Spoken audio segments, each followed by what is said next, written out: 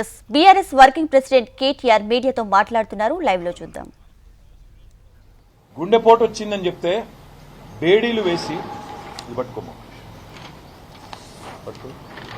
ఇంత అన్యాయంగా, ఇంత అమానవీయంగా, ఇంత సంస్కారహీనంగా, ఇంత చండాలమైన ప్రవర్తన ఈ ప్రభుత్వం ఉంది.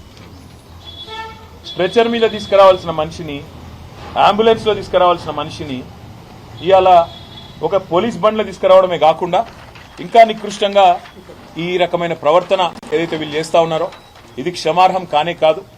నేను గౌరవ హైకోర్టు ప్రధాన న్యాయమూర్తిని కోరుతా ఉన్నా, రాష్ట్ర గవర్నర్ గారిని కోరుతా ఉన్నా, కాంగ్రెస్ పార్టీ అధినాయకుడు, పార్లమెంట్లో ప్రతిపక్ష నాయకుడు రాహుల్ గాంధీని కోరుతా ఉన్నా, డిమాండ్ చేస్తా ఉన్నా. రాహుల్ గాంధీ గారు, మీకు కనీసంగా మానవత్వం అనేది ఉంటే, మీకు కనీసం గుండె ఉంటే, హృదయం అనేది ఉంటే వెంటనే ప్రభుత్వానికి ఆదేశం ఇవ్వండి, మీ ముఖ్యమంత్రిని మందలించండి. ఆయనేమో జైపూర్లో విందులు వినోదాల్లో అక్కడ హ్యాపీగా ఉన్నాడు, విందులు వినోదాలు చేసుకుంటూ జల్సాలు చేస్తున్నాడు మీ ముఖ్యమంత్రి. ఇక్కడేమో కేవలం తమ భూమి ప్రభుత్వం డిమాండ్ చేసిన విధంగా మేము ఇయ్యము అని చెప్పిన పాపానికి గిరిజన రైతులు జైళ్లలో ఉన్నారు, ఈ రకంగా చచ్చిపోయే పరిస్థితిలో ఉన్నారు. ఇది మంచిదా? రాహుల్ గాంధీ చెప్పాలని కోరుతా ఉన్నా. నీకు నిజంగానే హృదయం ఉంటే వెంటనే నీ ముఖ్యమంత్రికి ఫోన్ చేయి, చెప్పు, ముందు కేసులు వాపసు తీసుకో, వాళ్ళని వెంటనే జైల్లోకి వెళ్ళి ఇడిచిపెట్టు, వాళ్ళ ఇంటికి పోని, వాళ్ళ కుటుంబ సభ్యులను, వాళ్ళ ఆరోగ్య పరిస్థితి ఎట్లాగో మీ ప్రభుత్వం పట్టించుకోదు, అవసరమైతే మేం చూసుకుంటాం, ప్రైవేట్ ఆసుపత్రుల్లో పెట్టి వాళ్ళకి మంచి వైద్యం చేపించి వాళ్ళ ప్రాణాలు కాపాడుకునే ప్రయత్నం చేస్తాం. ఇది మంచిది కాదు. ఇంత అహంకారం, ఇంత తెంపరితనం, మేమేందో రాజులము రారాజులము, మా మాట నేను నడవాలే, ఇది మా కొడంగల్ సామ్రాజ్యంలో తిరుపతి రెడ్డి రేవంత్ రెడ్డి సామ్రాజ్యంలో ఇంకోవాళ్ళు రావద్దు అన్నట్టుగా ఈ రకంగా వ్యవహరించడం మంచిది కాదు. లగచర్లలో మీరు నిజంగానే తప్పు చేయకపోతే ఫార్మా విలేజ్ అని చెప్పి ఎందుకు వాపసు పోయింది? మళ్ళీ అలా ఇండస్ట్రియల్ కారిడార్ అని ఎందుకు వస్తున్నారు కొత్తగా?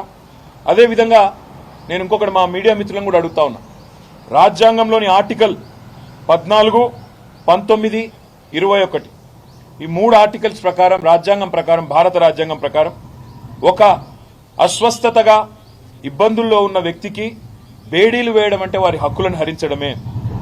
బిఎన్ఎస్ఎస్ అనే కొత్త చట్టం వచ్చింది. ఆ కొత్త చట్టం ప్రకారం కేవలం తీవ్రవాదులకు మాత్రమే, క్రూరమైన నేరస్తులకు మాత్రమే బేడీలు వేయాలన్న నిబంధనలు ఉన్నాయి తప్ప ఇవాళ రైతు బిడ్డలకు, రైతులకు, గిరిజన రైతులకు బేడీలేసిన ఒక అహంకార దుర్మార్గ ముఖ్యమంత్రి రేవంత్ రెడ్డి వైఖరిని ఇవాళ మనందరం కూడా ముక్త కంఠంతో ఖండించాల్సిన అవసరం ఉంది. పోలీస్ మాన్యువల్స్ ప్రకారం, జైలు మాన్యువల్ ప్రకారం కూడా అండర్ ట్రయల్ ఖైదీలను ట్రీట్ చేయాల్సిన విషయంలో ఉన్న అన్ని చట్టాలను కూడా తుంగలో దొక్కుతా ఉన్నారు. దీన్ని కూడా రాష్ట్ర ప్రధాన న్యాయమూర్తి గారు దయచేసి పరిగణలోకి తీసుకోవాలని వారికి నా విజ్ఞప్తి.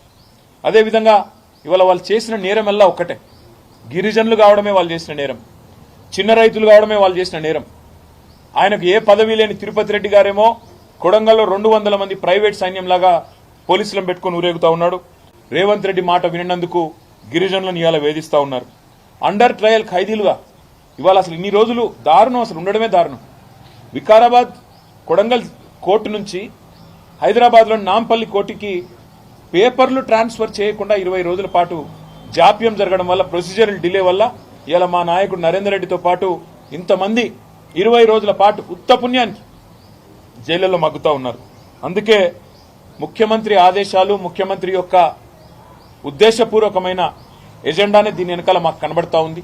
కేవలం నా మాట వినలేదు అని చెప్పి వాళ్ళని హింసించండి అన్నట్టుగా గుండెపోటు వచ్చినా కుటుంబ సభ్యులకు తెలియజెప్పకుండా మరి దుర్మార్గంగా ఇంకొక 2 పేర్లు, కావలి రవీందర్, గుండెమేని బసప్ప, వాళ్ళిద్దరికి కూడా ఆరోగ్యం బాగాలేదు, వాళ్ళను కూడా వెంటనే విడుదల చేయాలి. అదే వారితో పాటు మిగతా వాళ్ళందరినీ కూడా వెంటనే విడుదల చేయాలని చెప్పి కూడా మేము డిమాండ్ చేస్తా ఉన్నాం. అదే మాదిరిగా మిగతా రైతుల మీద కూడా నెల రోజులు జరిగిన తర్వాత కూడా ఇంత దుర్మార్గంగా, ఇంత అరాచకంగా ప్రభుత్వం ఏదైతే వ్యవహారం చేస్తా ఉన్నదో ఈ విషయంలో ఇకనైనా రేవంత్ రెడ్డి భేషజానికి పోకుండా, అనవసరపు అహానికి పోకుండా ముందుకొచ్చి స్పందించి ఆ కేసులు విత్డ్రా చేసుకొని వారిని తక్షణమే విడుదల చేసి వారి కుటుంబ సభ్యులకు అప్పచెప్తే వారి ఆరోగ్యాన్ని, వారి ప్రాణాలను కాపాడిన వాడైతాడు. లేకపోతే మాత్రం చరిత్రహీనుడిగా మిగిలిపోతాడని చెప్పి తెలియజేస్తూ మీడియా మిత్రులకు కూడా చివరిగా ఒకటే విజ్ఞప్తి, దయచేసి హీర్యానాయక్ విషయాన్ని, బసప్ప విషయాన్ని, అదేవిధంగా రాఘవేంద్ర విషయాన్ని,